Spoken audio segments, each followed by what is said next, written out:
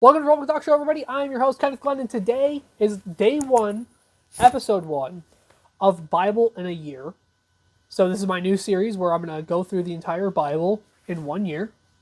This episode, we're going through Genesis 1 to Genesis 3. And I'm going to be reading the Bible, and then I'm going to be giving you my own commentary on what's going on in the Bible so you guys have extra context so you can also know more of what's going on. Because Bible's a hard book to understand. A lot of research that goes into it. For this video alone, I've been sitting here on my couch for the last 6 hours just making sure I get everything right. Before I get into it, though, I want to just mention something. I'm usually a big King James guy. For this series, I'm using New King James. The reason why I'm using New King James is because I want to attract a new audience. And if I'm using the original King James version, that might push people away. So I'm using New King James, basically the same version, King James, just with modern language. I'd rather just read the normal language Bible, like a normal English language Bible. And then if they start their walk with Christ, they can later read the King James version of the Bible, which I think is one of the best. My personal favorite is Geneva, but we're not even really going to get into that. Anyway, without further ado, let's start off with chapter 1 of Genesis, verse 1. So this is easily one of the most famous verses in the Bible, along with John 3:16 and like Philippians 4:3. It says, "In the beginning, God created the heavens and the earth." God formed everything out of nothing.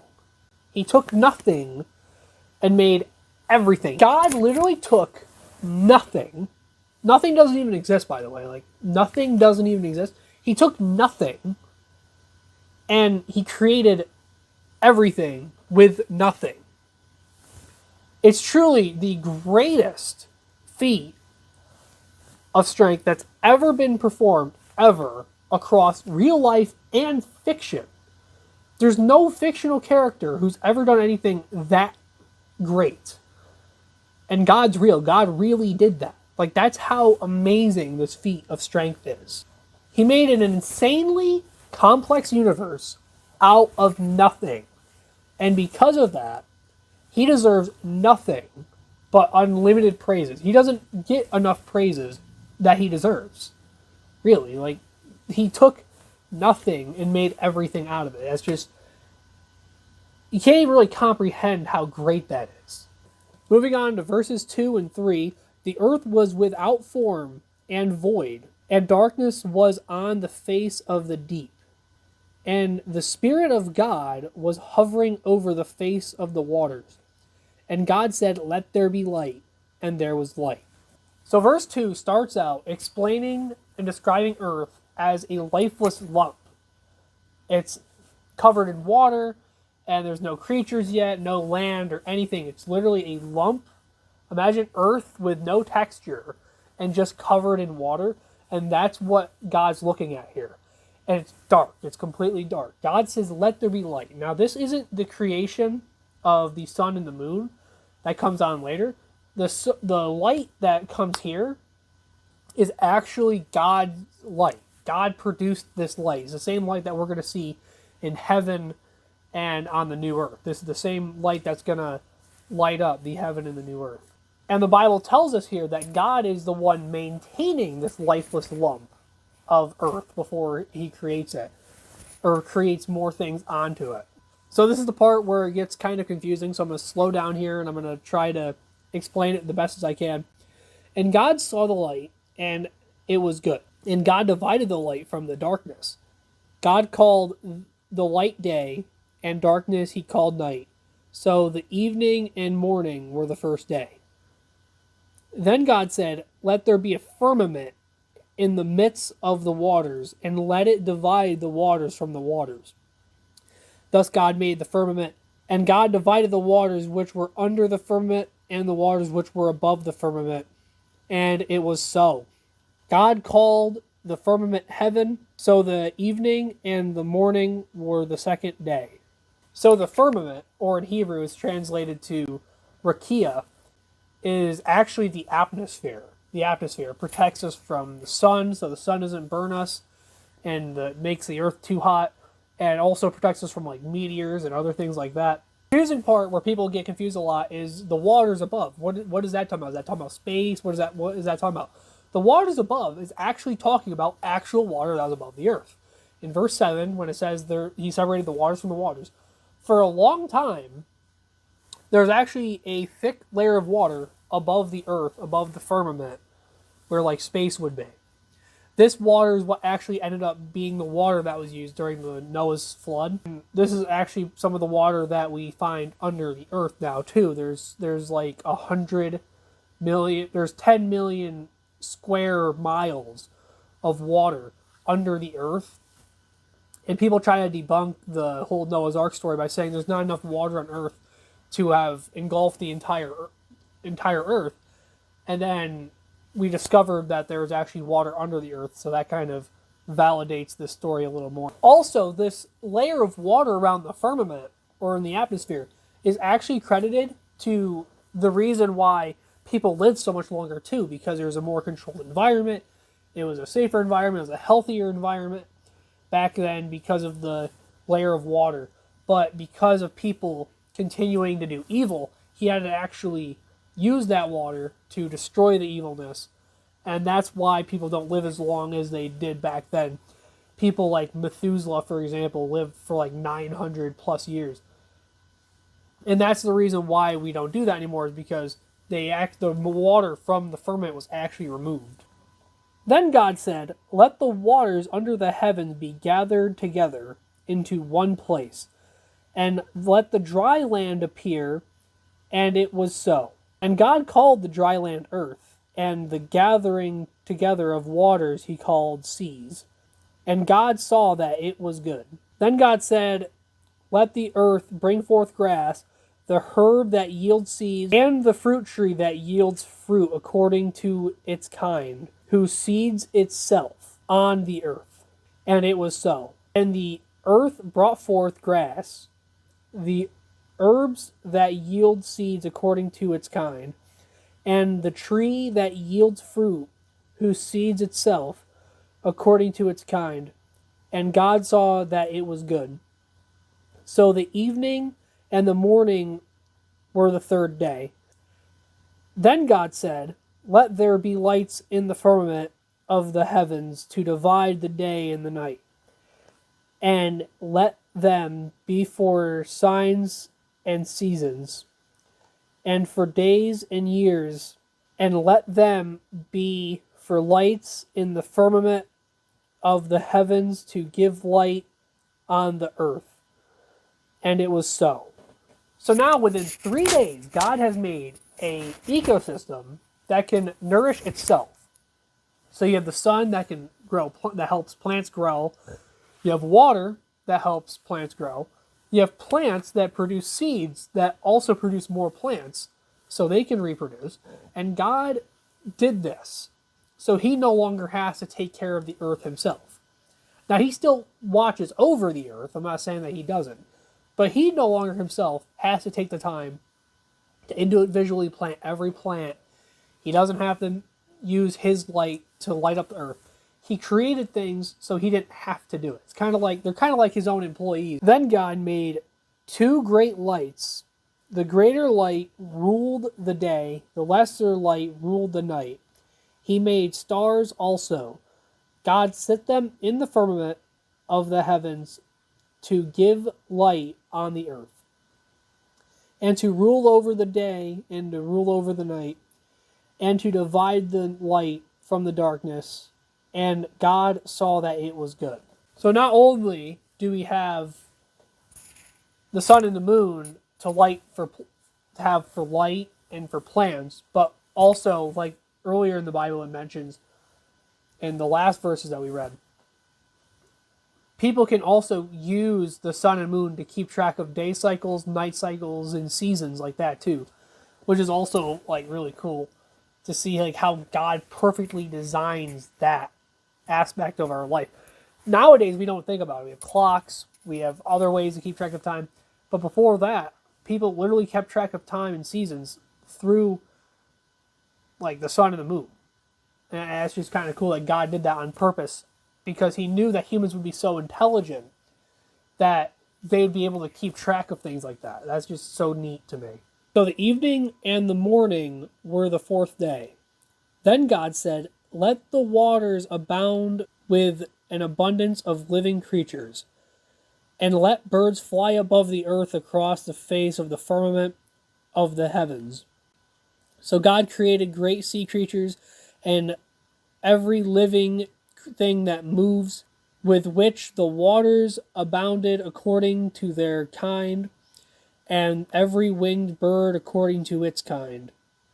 And God saw that it was good. And God blessed them, saying, "Be fruitful and multiply, and fill the waters in the seas, and let birds multiply on the earth." So the evening and the morning were the fifth day. God said, "Let the earth bring forth living creatures according to its kind, cattle and creeping things and beasts of the earth, each according to its own kind, And it was so. And God made the beast of the earth according to its kind, cattle according to its kind, and everything that creeps on earth according to its kind. And God saw that it was good. Then God said, "Let us make man in our image, according to our likeness. Let them have dominion over the fish of the sea, over the birds in the air, and over the cattle, over all the earth, and over every creeping thing that creeps on the earth." So God created man in his own image. In the image of God, he created him. Male and female, he created them. I like how it's written here, though, because God just lets everything be created. Like, let there be this, let there be that, let there be that. But then God, when he creates people, he goes, "Let us make them." Like, he himself is taking the time to actually create man in his own image. And that's kind of cool, because it's like God took extra time to make the human race. Then God blessed them, and God said to them, "Be fruitful and multiply. Fill the earth and subdue it. Have dominion over the fish of the sea, over the birds of the air, and over every living thing that moves on the earth." And God said, "See, I have given you every herb that yields seeds, which is on the face of all the earth, and every tree whose fruit yields seeds. To you shall be for food, also to every beast of the earth, to every bird in the air, and to everything that creeps on the earth. In which there is life, I have given every green herb for food." And it was so. Then God saw everything that he had made, and indeed it was very good. So the evening and the morning were the sixth day. So God here continues to make his world more self-sufficient. He basically shows man that everything works. And he designed it specifically so it would work. And with that, this brings us on to chapter 2 of Genesis. Genesis 2, verse 1, "Thus the heavens and the earth and all of the host around them were finished. And on the seventh day God ended his work which he had done, and he rested on the seventh day from all his work which he had done. Then God blessed the seventh day and sanctified it, because in it he rested from all of his work which God had created and made." So after working for 6 days, God rests on the seventh. And this day ends up becoming the Sabbath, or as we know, Saturday.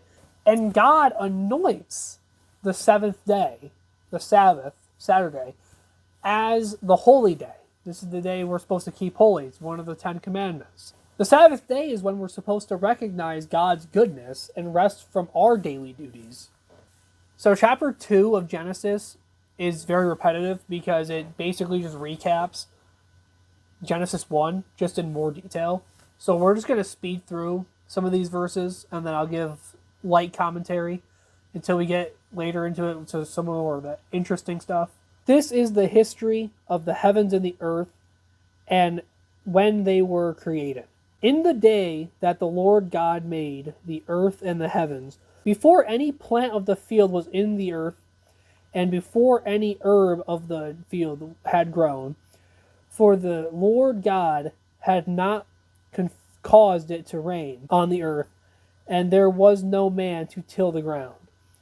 But a mist went up from the earth and watered the whole face of the ground. And the Lord God formed man of the dust of the ground, and breathed into his nostrils the breath of life, and man became a living being.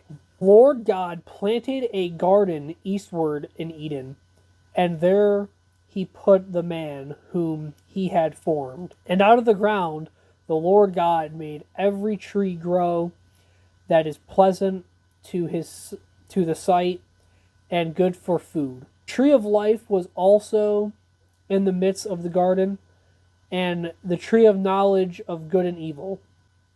Now a river went out of the garden to water the garden, and from there it parted and became 4 riverheads. The name of the first is Fishon. It is the one which skirts the whole land of Havilah, where there is gold, and the gold of that land is good. Bdellium and the oxenstone are there. The name of the second river is Gihon. It is the one which goes around the whole land of Cush. The name of the third river is Hiddekel. It is the one which goes towards the east of Assyria. The fourth river is the Euphrates.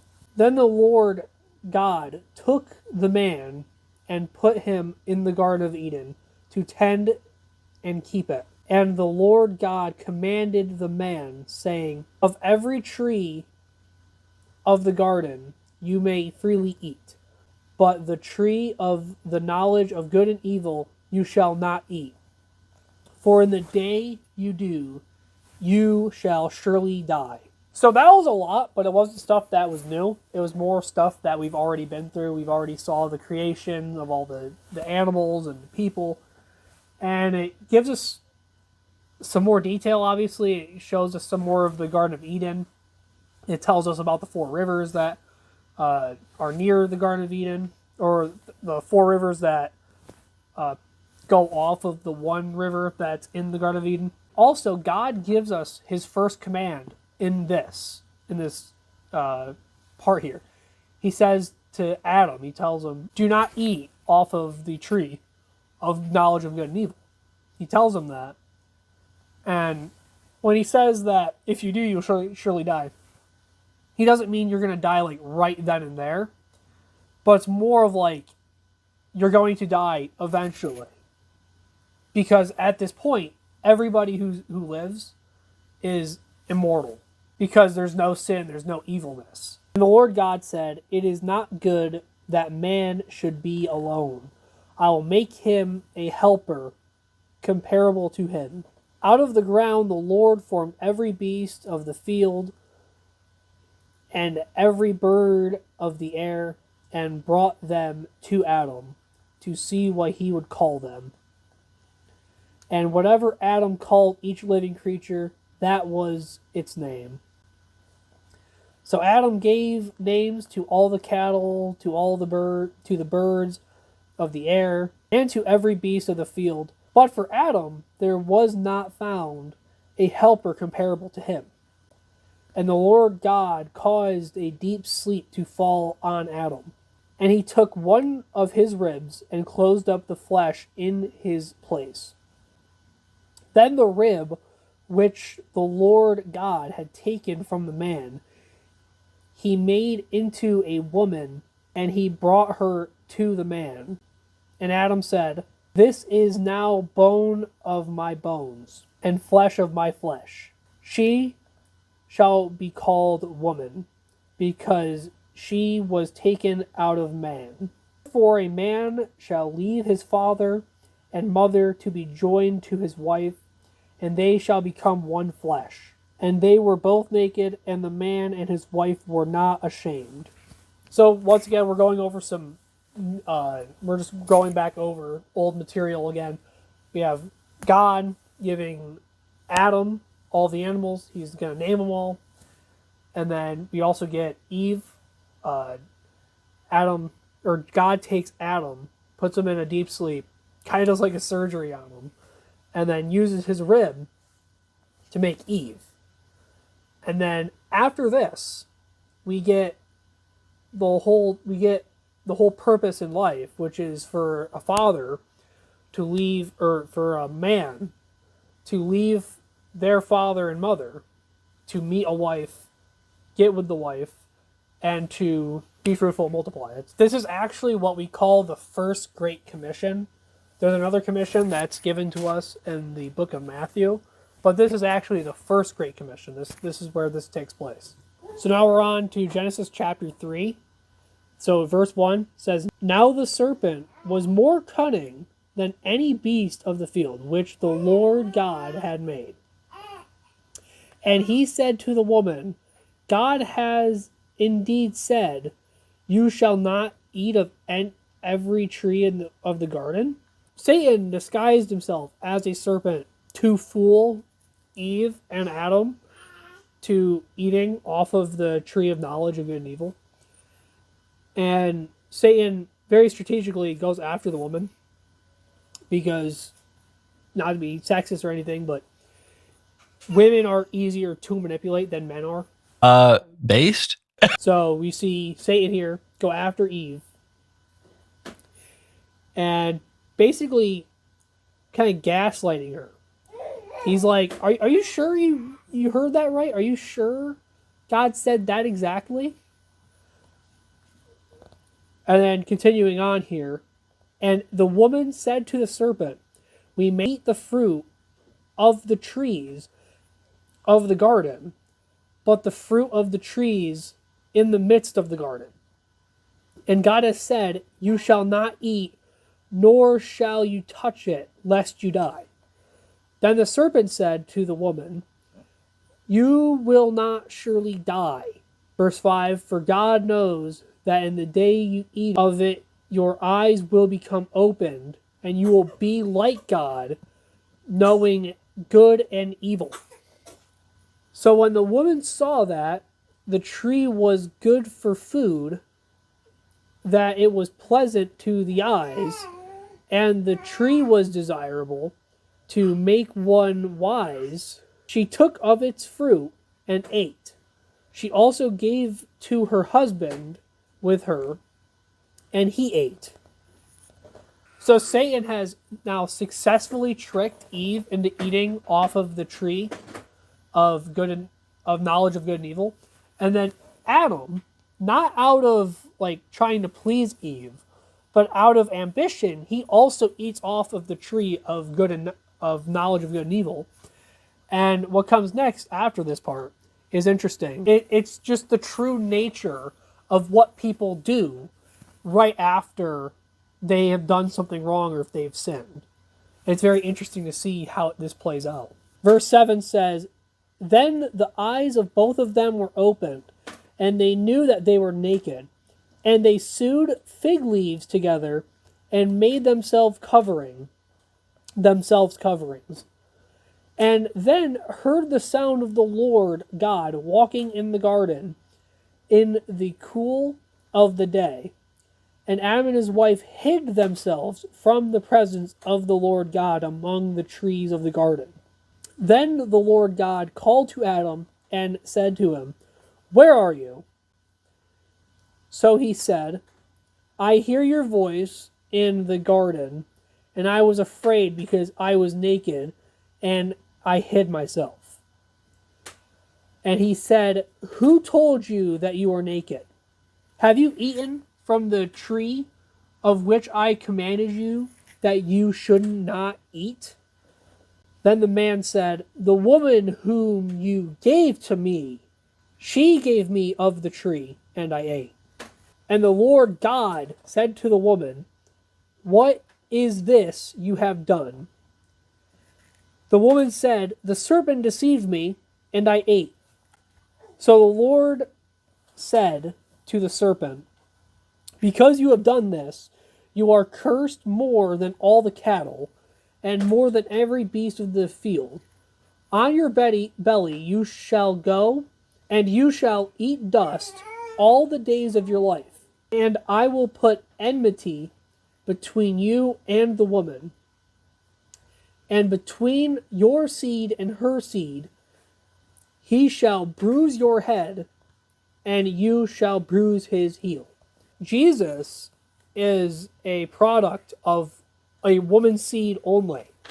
No human male produced Jesus, only God did. So as God and her, Mary, produced Jesus, so it's through a woman's seed. And I'm pretty sure that's what that's talking about, saying that like Jesus is going to be the one that crushes his head and he's going to bruise Jesus' heel. Going back, verse 16, to the woman he said, I will greatly multiply your sorrow and your conception. In pain you shall bring forth children.